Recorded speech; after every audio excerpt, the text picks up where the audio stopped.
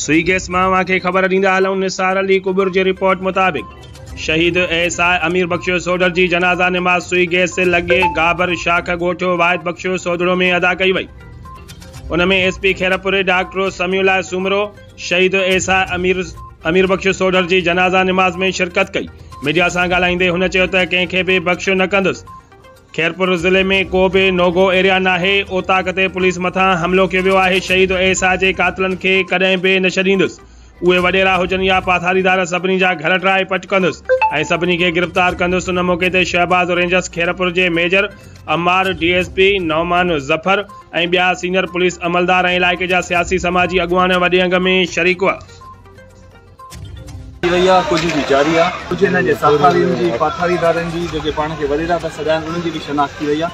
असां उन्हनि खे बि हिन केस में शहीद जे लाइ जेके मराहत मिलंदियूं आहिनि उन जे हवाले सां जी उन में त हुकूमत सिंध आईजी साहब जे तरफ़ां आहे त सॼी सिंध पुलिस शहीद सां गॾु आहे ऐं हमेशह सिंध पुलिस शहीदनि जे फ़ख़्रु थियो आहे। उन्हनि जो जेको बि पैकेज आहे असां उनखे जल्द सां जल्द सीपीओ खां मंज़ूर कयूं। हर ॿियो ॾिसो हिकिड़े क़िस्म जो लोगो एरिया आहे। हिन लोगो एरिया में ॿ पुलिस वारा विया आहिनि। इहा भला कमी न आहे नथा चई सघो। न हिन में तव्हां ॾिसो हिते रेंजर जी बि अॻ में कार्रवाई थी ऐं एच को नोगो एरिया न आहे। असांजो एएसआई हिकु सिपाही सां गॾु पुॼी वियो।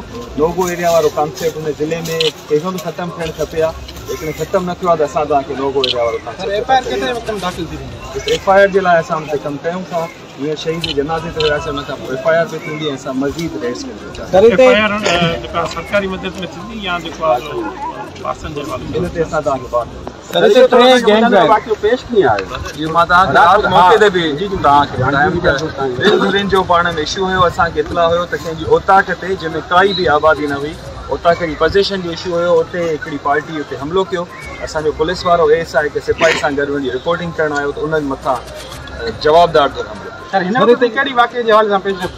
असां हुन में काफ़ी हाणे बि असां मौक़े ते वेंदासीं। असां हुननि जा घर ऐं उन्हनि जो माल जेका बि शइ आहे असां हुन ते कार्रवाई कयूं था ऐं इनशाअल्लाह पके में बि जेके वेठा आहिनि हुननि जा पाथारीदार सहूलियतकार असां उन्हनि खे बि सर हिते टे गैंग कमु कनि पिया। हिकिड़ी नज़ीर गैंग आहे, ॿी कदीर गैंग आहे, ॿी साबू गैंग आहे जेके काफ़ी मज़बूत आहिनि ऐं उन जा जेके बि इलाइक़े में ॾोह थियनि था उन्हनि जा पहिरियां टिनी गैंग्स वञनि था। छा उन्हनि खे ख़तमु करण लाइ का पुलिस पंहिंजो क़दम खणंदी? जी बिल्कुलु तव्हां पुलिस जी परफॉर्मेंस पाणे ॾिसो। सभ खां पहिरियां त नज़ीर जामणे खे ऐं कदीर जामणे खे अरेस्ट कयो वञे।